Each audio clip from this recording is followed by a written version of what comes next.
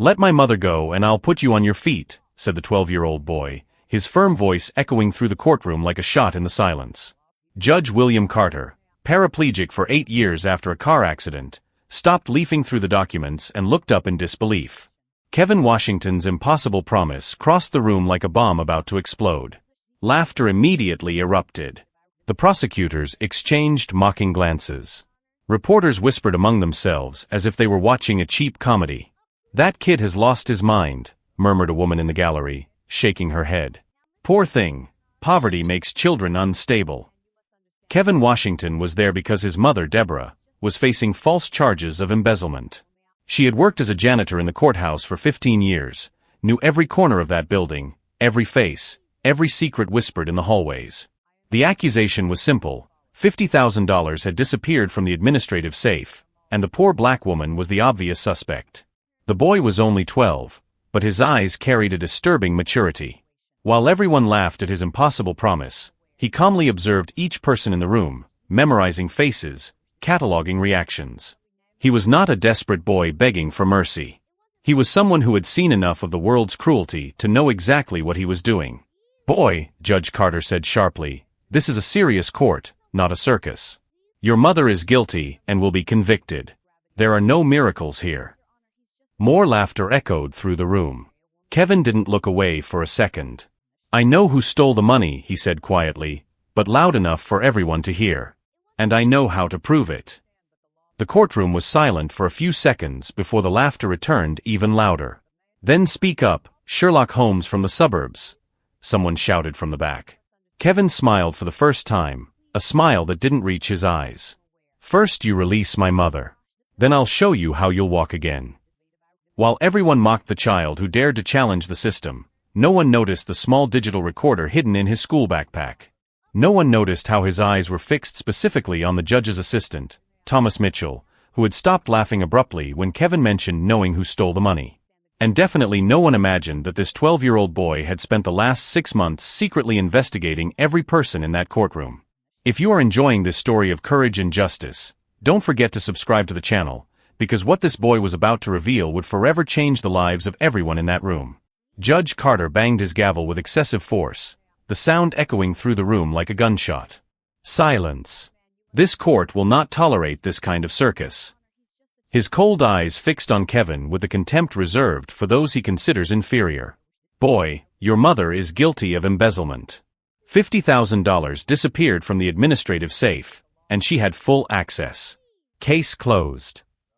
Kevin remained motionless, but his mind was working like a computer processing data. He watched as Thomas Mitchell, the judge's assistant, fidgeted nervously with his fingers on the table whenever money was mentioned. He noticed how the man avoided looking directly at Deborah Washington, his mother, who was crying silently in the dock. "My mother has worked here for 15 years without a single complaint," Kevin said, his voice cutting through the tense air. "Why would she steal now?" The prosecutor, Mr. Davidson, laughed dismissively. "Because you always steal when you have the opportunity. It's in your nature." The racist remark exploded through the room like a bomb. Some of those present shifted uncomfortably, but no one protested. Kevin felt the familiar burning of injustice rising in his chest, the same he had felt since he was 8 years old when the police searched his home for drugs that never existed, or when teachers assumed he cheated because boys like him couldn't be naturally intelligent. Deborah Washington worked 3 jobs to support her son on her own.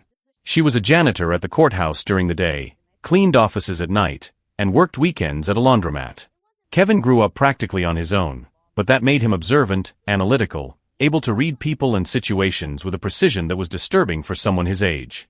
"Your Honor," said the defense attorney, clearly intimidated, "I would like to request more time to..." Denied, Carter cut him off. "The evidence is clear. Deborah Washington had access, opportunity, and motive. Poverty is always motive enough." More malicious laughter from the gallery. Kevin watched Thomas Mitchell more closely. The man wore a new Rolex, too expensive for a court clerk's salary. His nails were perfectly manicured, and he drove a BMW that Kevin had seen in the parking lot. Details that a 12-year-old boy from the suburbs shouldn't notice, but that someone accustomed to observing injustice learned to catalog automatically. "What do you have to say in your defense?" Carter asked Deborah, his voice laden with contempt. "I've never stolen anything in my life," she murmured through her tears. "I work honestly to support my son." "Honestly?" Davidson laughed. "A black, single janitor? Interesting definition of honesty." Kevin clenched his fists. At 12, he had already learned that the system was not designed for people like them. He grew up watching his mother being humiliated, belittled, treated as invisible or suspicious. But he also grew up watching, listening to conversations they thought he didn't understand, memorizing faces and patterns of behavior. "My mother didn't steal that money," Kevin said again, this time louder. "And I can prove it." The courtroom erupted in even more cruel laughter. "Sure you can, kid," someone shouted. "With what evidence?" "Your childish drawings." Thomas Mitchell stopped fidgeting with his fingers. For a split second, his eyes met Kevin's, and the boy saw something that confirmed his suspicions: fear. Pure, genuine fear. It wasn't the fear of being unjustly accused, but the terror of someone with hidden secrets who realizes that someone else may be finding out. Judge Carter leaned forward, his face contorted into a cruel expression. "Pathetic boy, do you think you can come here with your childish fantasies and change reality? Your mother is a thief, and you are the son of a thief.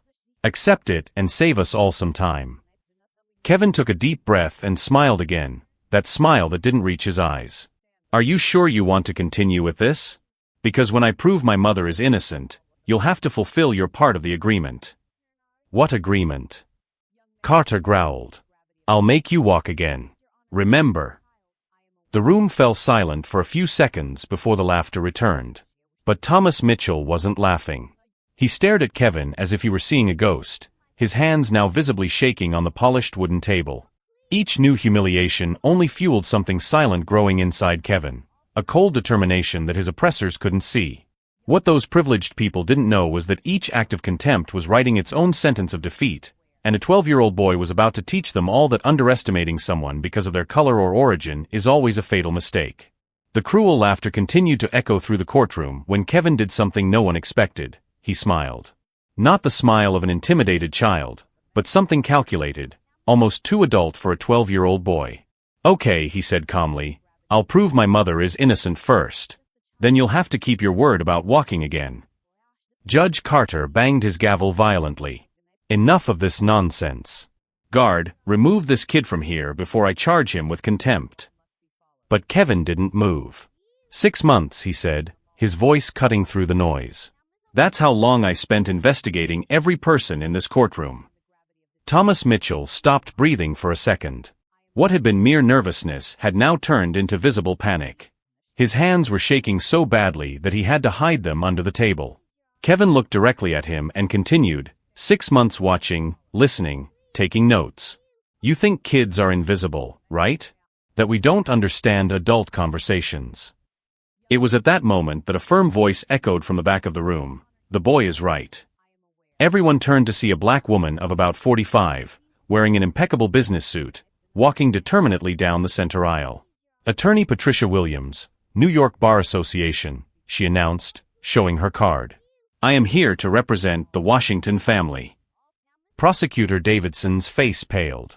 Patricia Williams was not just any lawyer. She was nationally famous for exposing judicial corruption schemes and had a 97% win rate in cases of racial injustice. How did you hear about this case?" Davidson stammered. "A very smart little boy called me 3 weeks ago," Patricia replied, winking at Kevin. Kevin had found Patricia's phone number in an online search for lawyers specializing in discrimination cases. It took him a week to work up the courage to call, but when he finally explained the situation and mentioned his suspicions about the real culprit, Patricia was intrigued. "Show me your evidence," she had said over the phone. For the past 3 weeks, Kevin and Patricia had been working in secret. The boy had become an unlikely spy, using his invisible status to map every suspicious movement in the courtroom. He discovered that Thomas Mitchell frequented an expensive casino every Friday, drove a BMW that was too new for his salary, and had recently purchased a $300,000 house with cash. "Your Honor," Patricia said firmly, "I formally request the reopening of the investigation into the theft of $50,000. I have substantial evidence pointing to the real culprit." The courtroom erupted in murmurs. Carter banged his gavel furiously. "Denied. This case has already been decided. Actually, Patricia continued relentlessly, federal law allows me to present new evidence if there is reasonable suspicion of judicial error based on racial prejudice. She opened her briefcase and pulled out an official document. Here is the order from the federal prosecutor's office authorizing a full investigation. Thomas Mitchell tried to discreetly get up from the table, but Kevin pointed at him. Mr. Mitchell, don't you want to stay and listen? After all, working so closely with the judge, you must be curious about who really stole that money. Mitchell's eyes widened in absolute terror. Patricia smiled predatorily. Funny you should mention that, Kevin. Mr. Mitchell, could you explain how you managed to buy a $300,000 house last month? Your annual salary is $45,000, according to our records. The silence that followed was deafening. Kevin watched every reaction in the room. He saw Davidson nervously shuffling papers, Carter clenching the arms of his wheelchair until his knuckles turned white, and Mitchell looking as if he were about to faint. During 6 months of silent observation, the boy had catalogued every gesture, every suspicious glance, every conversation interrupted when someone approached. You know what's most interesting? Kevin continued, now with the full attention of the room. I know the combination to the safe. My mother told me because she trusts me. And I know that only 3 people have access, my mother, the judge, and Mr. Mitchell. His words fell like bombs in the absolute silence. Patricia opened another folder. Kevin, show them what you found out about the security cameras. The boy took a deep breath. For weeks, he had noticed something that the adults had completely ignored. The cameras in the vault hallway had blind spots, but the parking lot camera perfectly captured anyone entering and leaving the building at unauthorized times. Mr. Mitchell, Kevin said, looking directly into the terrified man's eyes, do you remember the night of March 15th? It was a Friday, after hours. The cameras show you returning to the building at 11:47 p.m. Thomas Mitchell stood up abruptly, knocking over his chair. I need to go to the bathroom. But 2 federal agents appeared at the front door at that very moment. Patricia had anticipated this reaction. Mr. Mitchell, said one of the agents, we need to talk about your recent financial activities. The look of panic on Mitchell's face confirmed everything Kevin had suspected during months of patient observation. As Mitchell was escorted out under everyone's shocked gaze, Kevin turned to Judge Carter, who now looked like a completely different man, small, frightened, confronted with the irrefutable proof that he had convicted an innocent woman. Do you still think my mother stole the money? Kevin asked calmly. For a moment, as all eyes turned to the judge awaiting a response, something extraordinary began to happen in the room. It wasn't just justice being served, it was the power of truth revealed by someone everyone had completely underestimated, proving that intelligence and determination know no age, color, or social class, and that sometimes adults need to learn from children what it really means to fight for what is right. Judge Carter watched Thomas Mitchell being escorted away by federal agents, and for the first time in 8 years, something other than paralysis left him completely immobile. Reality was crumbling around him like a house of cards, and at the center of it all was a 12-year-old boy he had completely underestimated. It's not over yet, Kevin said calmly, his eyes fixed on the judge. Patricia Williams opened a third folder, bulkier than the previous ones. Kevin, show him what else you found. The boy took a deep breath and pulled a small old laptop out of his school backpack, connecting it to the courtroom sound system. Over the past 6 months, Kevin began, his voice echoing clearly through the silent room, I recorded everything. Every conversation, every racist comment, every joke about my mother when you thought no one was listening. Carter's blood ran cold. The first recording began to play. The unmistakable voice of Prosecutor Davidson echoed through the speakers. Blacks always steal when they get the chance. It's in their nature. Immediately followed by Carter's knowing laugh. Exactly. That's why you don't even need to investigate much. We already know the outcome. The room exploded in shocked murmurs. Reporters rose like beasts smelling blood, cameras flashing. Davidson tried to stand up to protest, but Patricia gestured for him to remain seated. There's more, she said with a predatory smile. Kevin clicked on the next file. Carter's voice filled the courtroom. These black cases are always the same. Guilty until proven innocent. Saves the court time. More knowing laughter from Davidson and other officials. Especially single black women. They always make up excuses. Carter's face was now completely red. He tried to speak, but Kevin continued relentlessly, "This one is from last week. A new recording. That kid thinks he can come here and play lawyer? Housekeeper's son trying to be smart. I'll show him his place." Each word was a stab at Carter's reputation. The audience, which hours earlier had laughed at the pretentious kid, now looked at him with horror and disgust. Patricia seized the moment. "These recordings have already been sent to the National Council of Magistrates, the national press, and the FBI. That was taken out of context." Carter stammered desperately. "Private conversation." Kevin smiled with the same calm he had maintained throughout. "Context? Do you want me to play the recording where you said you were going to teach that arrogant black family a lesson?" Davidson tried to hide behind papers, but Kevin had material on him too.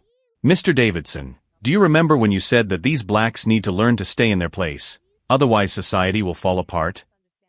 It was on April 3rd, at 2:37 p.m. I have the exact date. The destruction was systematic and brutal. 6 months of meticulous planning were unfolding like a symphony of justice. Kevin had documented not only conversations, but also behaviors, biased decisions, and a clear pattern of institutional racism that was now exposed for the whole world to see. Patricia stood solemnly, "Your Honor, based on this evidence of systematic racial bias and unethical conduct, I formally request not only the complete acquittal of Deborah Washington, but also the opening of a federal investigation against this court for civil rights violations." It was at that moment that something extraordinary happened. As Carter tried to process the magnitude of his downfall, a strange sensation ran through his legs. First a tingling, then a pressure. The extreme stress, the adrenaline, the shock, something was awakening in his nervous system. Kevin watched closely, and for the first time, his serious expression softened. "Your Honor," he said quietly, "are you feeling something different?" Carter looked down, incredulous. His toes moved inside his shoes, a movement he hadn't felt in 8 years. The room fell silent. Doctors would later say that rare cases of psychosomatic paralysis can reverse under extreme stress. Others would call it coincidence. But at that moment, as Carter slowly moved his legs for the first time in nearly a decade, everyone understood that they were witnessing something impossible. "I said I would make you walk," Kevin murmured, "but I didn't say it would be the way you expected." Carter tried to stand up, his trembling legs responding after years of immobility. When he finally managed to stand, leaning on the table, it was not a moment of celebration. It was the physical symbol of his complete humiliation. Standing before a courtroom filled with cameras, Carter now had to face not only the loss of his career and reputation, but also the realization that he had been completely defeated by a child he had considered inferior. Kevin had fulfilled his impossible promise, but at a price Carter could never have imagined. Deborah Washington wept with relief in Patricia Williams' arms. Kevin watched everything with the same calm he had shown from the beginning, not with arrogance, but with the serenity of someone who knew that justice, when it comes completely. The 12-year-old boy had taught grown men a lesson they would carry with them for the rest of their lives. Underestimating someone because of the color of their skin or social background is always a fatal mistake.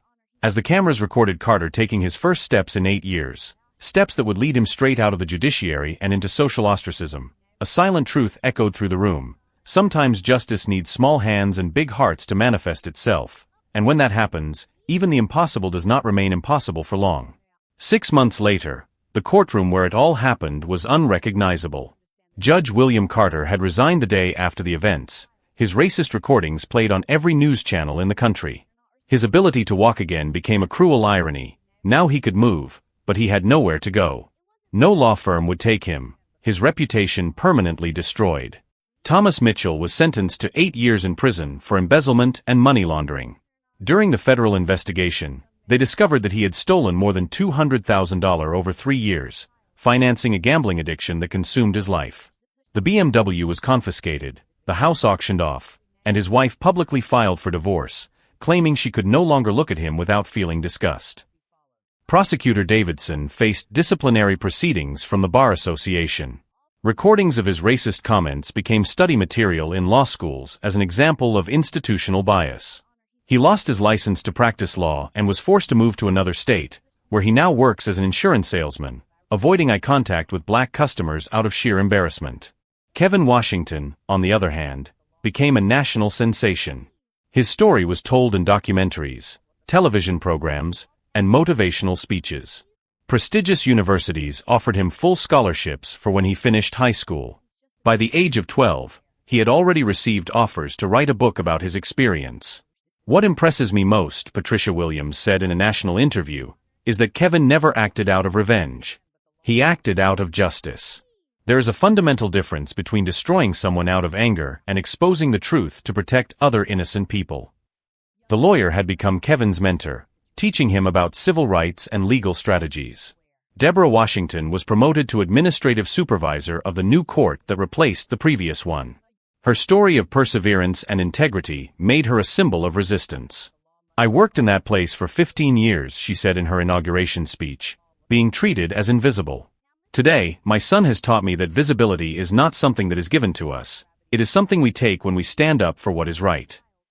The most profound transformation took place in the city's own judicial system. Kevin's recordings forced a complete overhaul of hiring and supervision processes. Security cameras with audio were installed in all courts, and mandatory training on racial bias became a requirement for all employees. Kevin created a YouTube channel called Justice at 12, where he teaches other children about their rights and how to document injustices.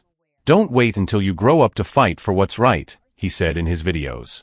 "Injustice has no age, so neither should the fight against it." A year after the events, Kevin was being interviewed on the country's main television network. "How did you know you could prove your mother's innocence?"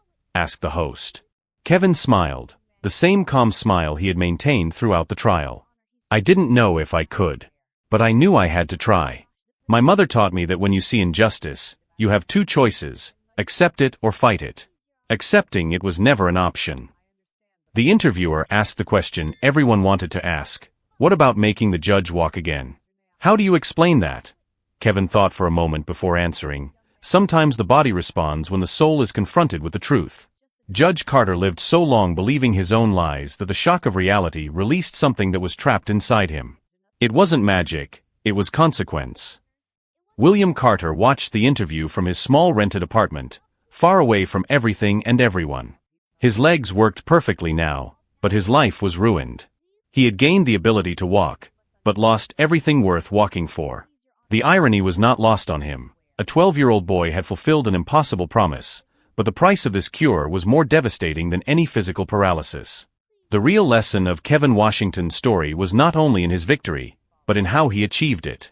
Not through violence, shouting, or despair, but through patience, intelligence, and an unshakable faith in justice.